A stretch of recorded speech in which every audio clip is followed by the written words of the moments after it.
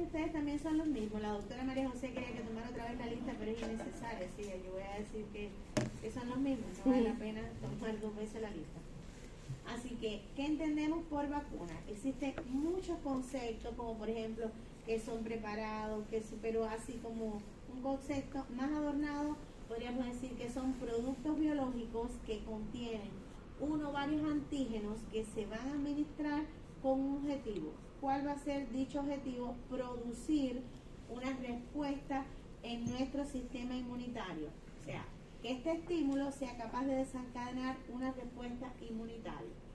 Este estímulo lo que va a hacer es simular una infección natural, lo cual va a producir cierta respuesta inmune específica. Y ahí estamos previniendo contra las enfermedades. Es como que cuando te vacunan, simulas la enfermedad sin haberla tenido y eso te va creando anticuerpos y todo el mecanismo inmunológico que se activa y es la protección después contra dicha enfermedad.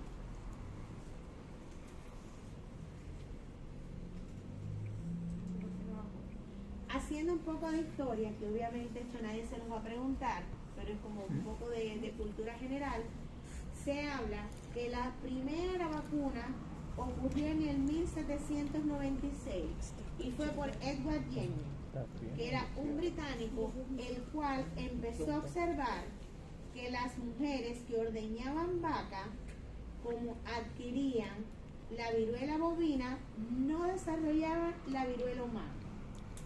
Y eso como que le dio un switch y empezaron a investigar y la primera inoculación se la hizo a un niño de 8 años, hijo de su jardinero, que le inyectó, bueno, no hay muchos detalles de cómo le inyectó, las medidas de asexia y antisexia, eso la literatura no la describe, pero que le inyectó el contenido de esas llagas de la viruela bovina al niño y después lo puso en contacto con la enfermedad y el niño nunca la desarrolló. Así que esos son los primeros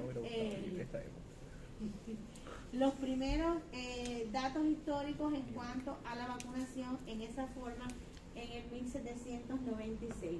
Sin embargo, ya en el siglo XX, obviamente que deben haber escuchado hablar de Louis Pasteur, que hizo múltiples descubrimientos, y ahí empezó la administración de las vacunas como tal, y su nombre vacuna es en honor a vaca, que fue la primera pista que se tuvo sobre las vacunas en cuanto a las mujeres que ordeñaban la vaca que no padecían la viruela.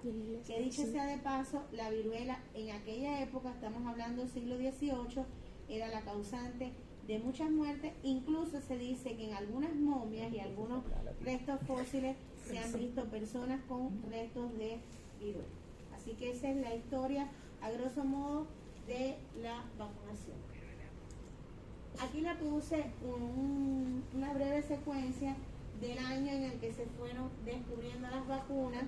Las últimas obviamente han sido las del COVID, que tenemos varias vacunas, y que lo que sí se ha sabido que la respuesta tan rápida que tuvo para el surgimiento de las vacunas del COVID fue basado, entre otras cosas, en todos los estudios previos, incluso en los estudios que se han hecho para encontrar una vacuna contra el VIH, que aún no se logra.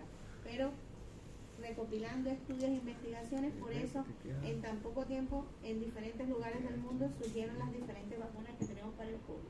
Doctora, ¿puede ponerlo en pantalla grande? ¿Cómo lo hago? A ver, aquí en compartir. Ahí, más al lado. Más al lado, al otro lado. Ese. Gracias. Ya, ese no me sale. Ya, pero bueno, ahí van a ver una secuencia desde 1967, igual no es objetivo de examen y ustedes tienen que aprenderse en qué año surgió cada vacuna. Eso se los digo para que no se torturen mucho, se los puse a modo de historia y de un poco de cultura general. Porque los primeros indicios, como le decía, 1796 contra la viruela, después Louis Pasteur lo perfeccionó y las últimas vacunas que tenemos han sido las del COVID-19. Ahora, en cuanto a la inmunidad, podemos hablar de inmunidad adquirida, porque la connatal es con la inmunidad con la que nacemos, Y la inmunidad adquirida es la inmunidad que vamos adquiriendo a lo largo de toda la vida. Y puede ser o puede producirse de dos formas, inmunidad activa o inmunidad pasiva. La inmunidad activa va a producirse en respuesta a dos cosas, infecciones o vacunación. Y la vacunación, como les comentaba, no es más que simular la enfermedad en el organismo de alguna forma para producir la respuesta sin haber estado en contacto con la enfermedad. Es un efecto protector que puede ser natural en el caso de los anticuerpos que nuestro organismo desarrolla al estar en contacto con una infección, o puede ser artificial, que son los anticuerpos que se desarrollan como respuesta a la vacunación. Y en cuanto a la inmunidad pasiva, puede ser natural o artificial. ¿Qué entendemos por inmunidad pasiva natural? Aquella inmunidad que recibimos básicamente por dos vías. Durante el embarazo, toda la respuesta inmunológica que el niño recibe de su mamá, y después a través de la lactancia materna, que también le transmite ciertos anticuerpos que lo van a proteger de ciertas enfermedades. Y ya la artificial, pero pasiva igual, es cuando recibimos anticuerpos, bien sea por un medicamento, por una inyección, por gamma globulina, que es pasiva porque no hemos estado en contacto con la enfermedad, pero es artificial. Ahora, hay muchas clasificaciones de las vacunas. Ahí las vamos a ver. Están vacunas que se clasifican desde el punto de vista microbiológico, formado por vacunas bacterianas, o sea, el componente es tomado de una bacteria o puede ser tomado también de un virus, que serían las vacunas víricas. También, según la tecnología con la cual se fabrican estas vacunas, pueden ser vacunas atenuadas, pueden ser inactivas, recombinantes o sintéticas. Las atenuadas, el organismo ha perdido completamente su virulencia por tomas que se han hecho y siembras que se hacen en medio de cultivo. O sea, tienen la capacidad antigénica porque son microorganismos vivos, pero digamos que han perdido su virulencia como tal, por eso se dice que son atenuadas. En el caso de las inactivas, se produce con este mismo, ya sea bacteria o virus, pero el microorganismo está muerto. Y todo se obtiene, la fuente, digamos, de la vacuna, bien sea de su capa externa, de lo que sea, se produce o se obtiene también con productos químicos como formol, con calor. Las recombinantes van a tomar una parte específica del germen, bien diga porque clonan sus genes o porque hacen copia de su información genética y las codifican específicas en una célula de este mismo huésped. Y las sintéticas se van a producir a partir de polisacáridos que van a copiar la secuencia primaria de los aminoácidos que existen en estas bacterias. O sea, pueden ser atenuadas, que son microorganismos vivos, pero que han perdido parte de su virulencia, inactivos, que ya están muertas, pero que han copiado mediante productos químicos parte de esta información, recombinantes con la clonación de los genes que codifican las proteínas, y las sintéticas, que son las que fabrica el hombre completamente, la secuencia de aminoácidos. Las vacunas vivas atenuadas. Como dice el nombre, el germen activo o el agente activo está vivo. Pero la ventaja que tiene es que como el germen son las vacunas vivas atenuadas, como el agente está vivo, la respuesta inmunológica es sólida y duradera. Requieren muy pocas dosis, la mayoría de las veces es una sola dosis, y la protección es larga, o sea, tiene una larga duración. Pero pueden transmitir la infección a personas no vacunadas, que es una de las ventajas, por decir, de de este método porque las personas que no están vacunadas se pueden contagiar.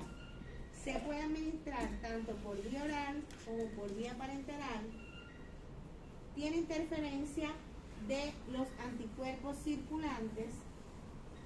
Hay cierta dificultad a la hora de su fabricación y hay cierta posibilidad de reversión de esta cepa virulenta. De las vacunas vivas, las vivas atenuadas que le hablaba anteriormente, por vía parenteral, ¿cuáles vamos a tener? La BCG, trivírica, varicela y fiebre amarilla. Y aporte por vía oral las vacunas de los rotavirus. Recordar que son virus vivos atenuados. Ahora, entre las vacunas inactivadas, no pueden replicarse. O sea, esta la ventaja que tiene sobre todo es que no tiene riesgo para los pacientes inmunodeprimidos. Porque la anterior, las vivas atenuadas, el paciente que esté inmunodeprimido, usted le administra una vacuna con un virus vivo, puede ser una respuesta catastrófica porque el paciente está inmunocomprometido y no tiene cómo defenderse ante las vacunas.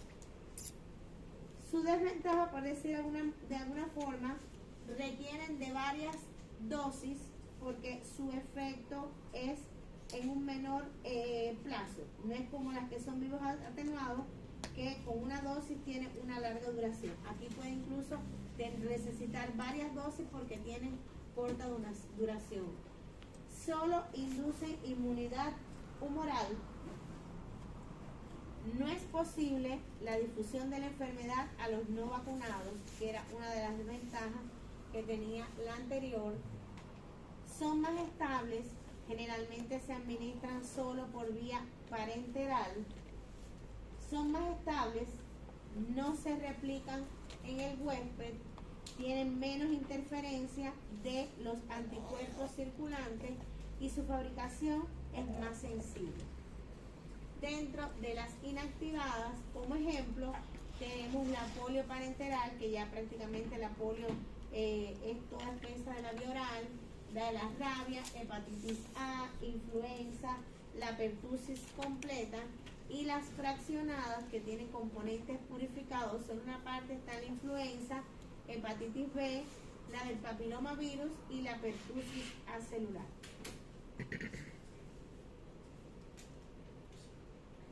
Según su composición, que es otra de las clasificaciones, pueden ser monovalentes, polivalentes o pueden ser también combinadas.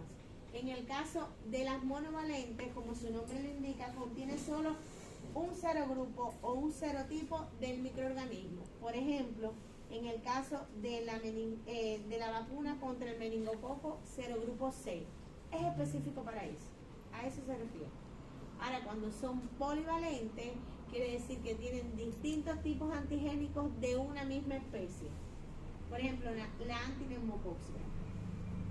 Y las combinadas, hay, como se lo dice su nombre, hay una asociación de varios elementos. Por ejemplo, la vacuna triple vírica, que cubre para 3 gérmenes, hay una combinación de estos en una sola aplicación.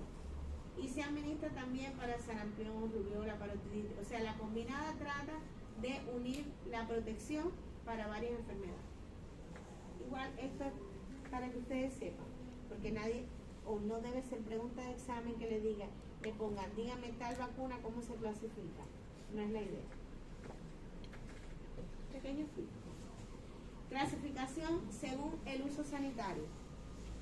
Tenemos vacunas programadas, que son las vacunas que generalmente hay un interés comunitario en que se cumpla su esquema, que generalmente son las que aparecen en el calendario de vacunación, que varían de país a otro. O sea, básicamente es la misma, excepto algunas variedades, pero que lo importante es que la mayor parte de la población las cumpla para ir obteniendo la inmunidad.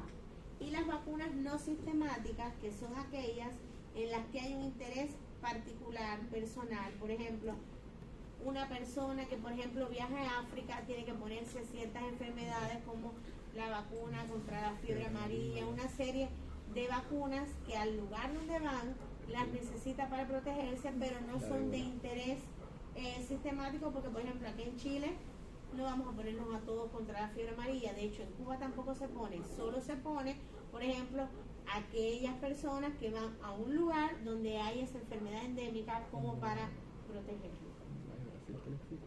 O cuando aparecen brotes esporádicos, que ahí también es necesario producir cierta inmunidad. Por eso se llaman no sistemáticas, porque no son obligatorias. Bueno, obligatoria no es ninguna, pero no deben cumplirse ni son de tanto interés. Ahora, hay ciertos conceptos para que puedan entender este tema de las vacunas adyuvantes. ¿Qué van a hacer los ayudantes? Bueno, van a ser ciertas sustancias que van a formar parte de la vacuna, pero que no van a ser específicamente la información genética ni del virus vivo, ni del del germen muerto, ni una copia de esa información genética. Sin embargo, van a ayudar a estimular la respuesta inmune en la persona que la recibe, haciendo que requiera menos antígenos. O sea, ayudantes ayudan a estimular la respuesta inmune sin requerir, o requiriendo menos antígenos. Hay una serie de ejemplos, por ejemplo, las emulsiones con las microesferas, la sal de aluminio, los liposomas. Preservantes, como su nombre lo indica, ayudan a preservar, a mantener, a conservar las vacunas porque le dan mayor estabilidad y esterilidad al preparado.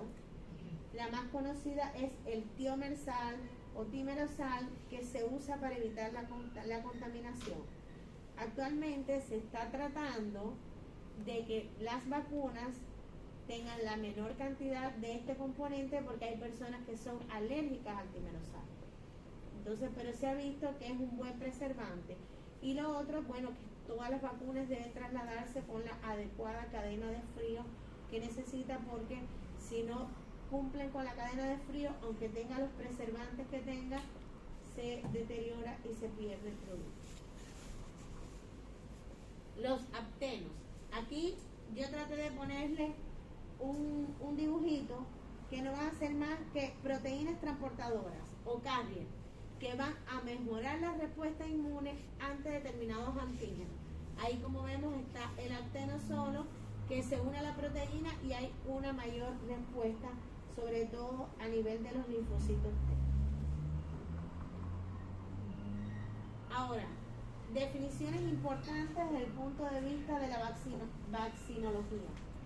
Reactogenicidad, que no van a ser más que los efectos colaterales que pueden aparecer, lo mismo después de la administración de una vacuna, que también puede aparecer cuando usted le administran cualquier otro tipo de medicamento. Pero se llama así desde el punto de vista vaccinógeno o vacunatorio, reactogenicidad.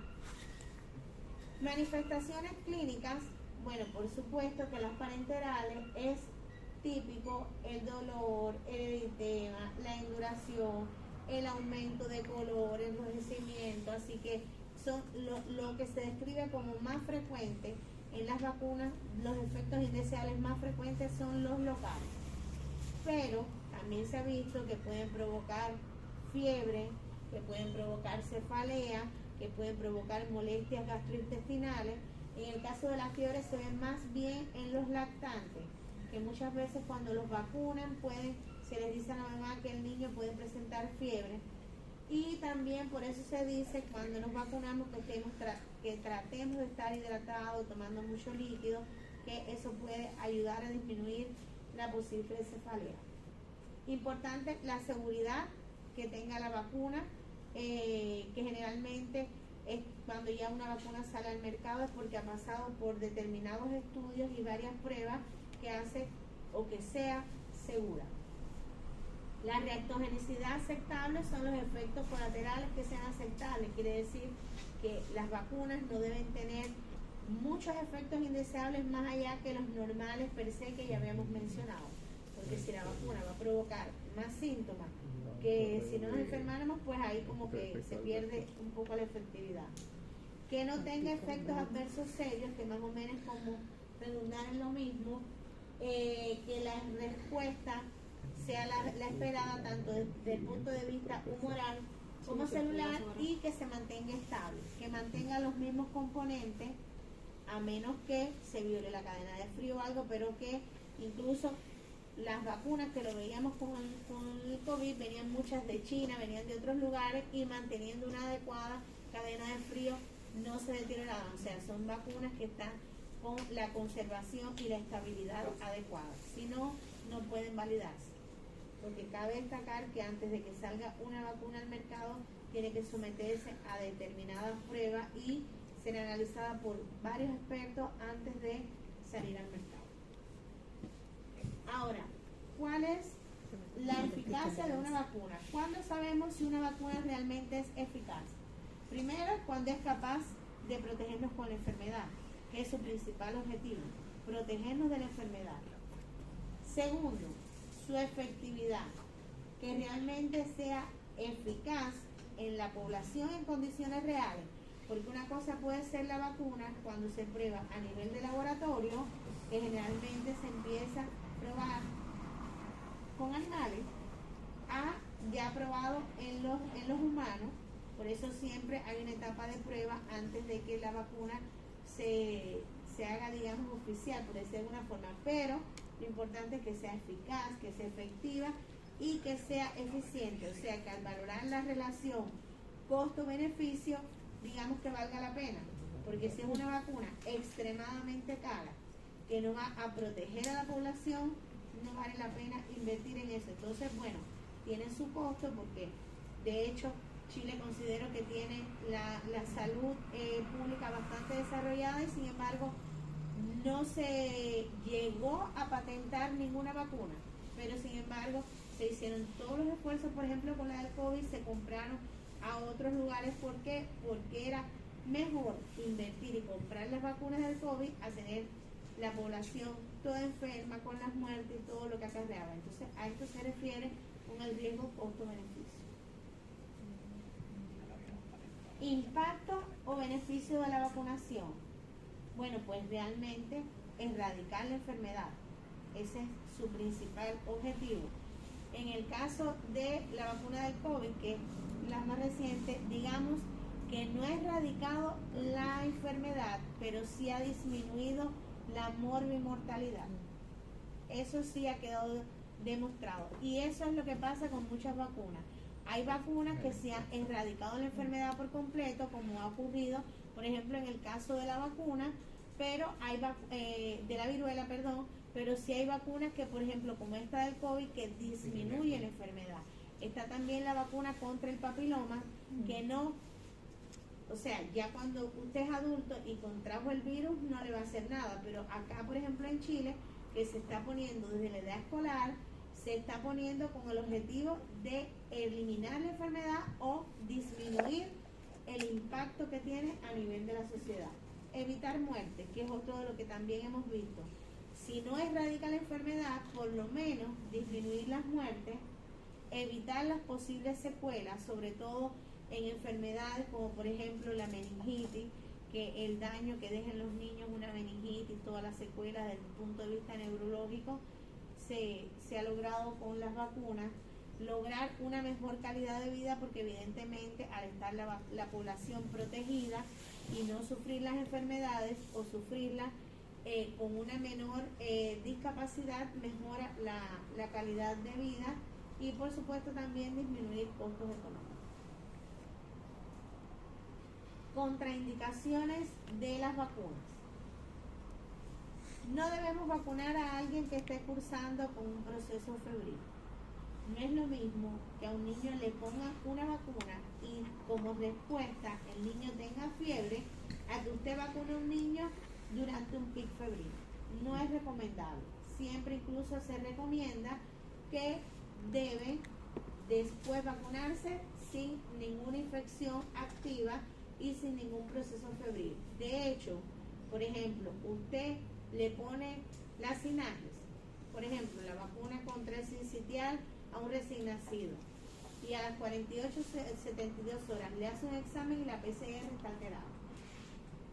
producto de la misma respuesta inmunológica que desarrolla el organismo. Entonces, lo ideal es que las personas, cuando vayan a vacunarse, no tengan ningún cuadro infeccioso activo, ni fiebre tampoco. En el caso de los pacientes inmunodeprimidos, las vacunas vivas no deben ponerse, por lo que hablábamos anteriormente. Si el paciente no puede defenderse por su estado, por su inmunosupresión, y usted le pone una vacuna con un virus vivo, es como que le está sometiendo al paciente a que pase con la enfermedad cuando es un paciente que no tiene las herramientas para defenderse desde el punto de vista inmunológico. Por tanto, siempre en los inmunodeprimidos están contraindicadas las vacunas con los virus vivos. En el embarazo están contraindicadas todas las vacunas con virus vivos. Están contraindicadas porque es como si estuviese sometiendo al feto a que sufra la enfermedad y puede tener consecuencias teratogénicas. En los casos de las alergias severas, aquellos pacientes que tienen un historial de alergias severas, recordar que hay vacunas que se le ponen ingredientes como el tiomersal, y si el paciente es alérgico y le estamos poniendo la vacuna, podemos desencadenar en él respuestas alérgicas que incluso puede llegar a la anafilaxia y comprometer su hemodinamia, su estado de vida, el paciente llegar a hacer un paro desde el punto de vista respiratorio. Entonces tampoco es la idea. O cuando el paciente ya tiene antecedentes, por ejemplo, no solo el timerosal, hay pacientes que tienen alergia, o tienen historial de alergia al huevo, que hay que tener cierto ojo con determinadas vacunas, y son pacientes que hay que fiscalizar un poco más. Bueno, lo decía abajo. En el caso del sarampión, la influenza, los pacientes que tienen historia, que un mínimo por ciento de la población tienen anafilaxia al huevo, pero está descrito. Entonces, estos pacientes, ojo, no deben ponerse ni la vacuna de sarampión ni de la influenza. Aquí está el calendario de vacunación que deben cumplir. Este es el que está actualmente en boga.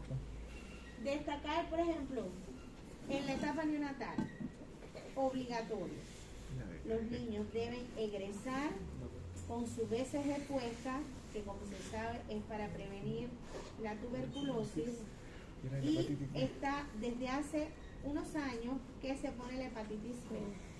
A mí me llamaba mucho la atención cuando yo llegué aquí a Chile en el 2015, no se ponía la hepatitis B, y nosotros en Cuba se ponía.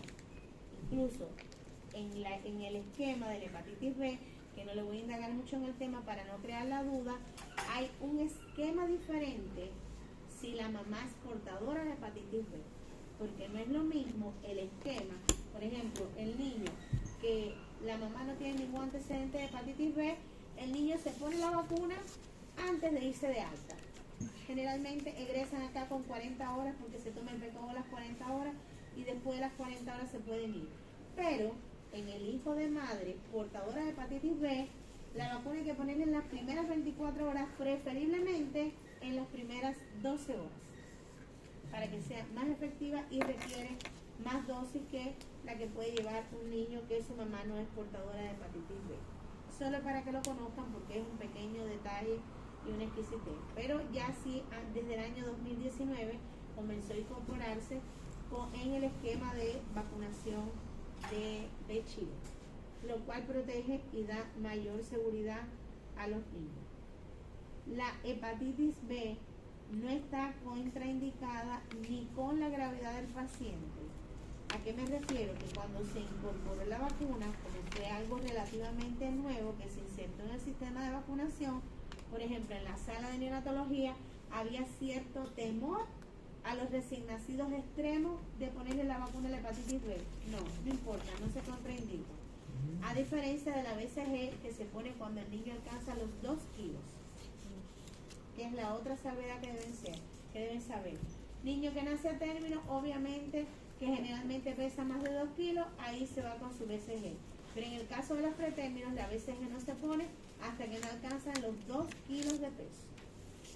Y la BCG se trata de tener varios niños, por eso se pone, entre otras cosas, al nacimiento, porque con un frasco hay que vacunar a varios niños. Entonces, es un desperdicio abrir un frasco para 1 o 2 niños. Ahora, a los 2, a los 4 y a los 6 meses, ustedes deben saber qué vacuna le corresponde a los niñitos. Quizás en esto nos vamos a detener un poco más. Acá, la hexavalente.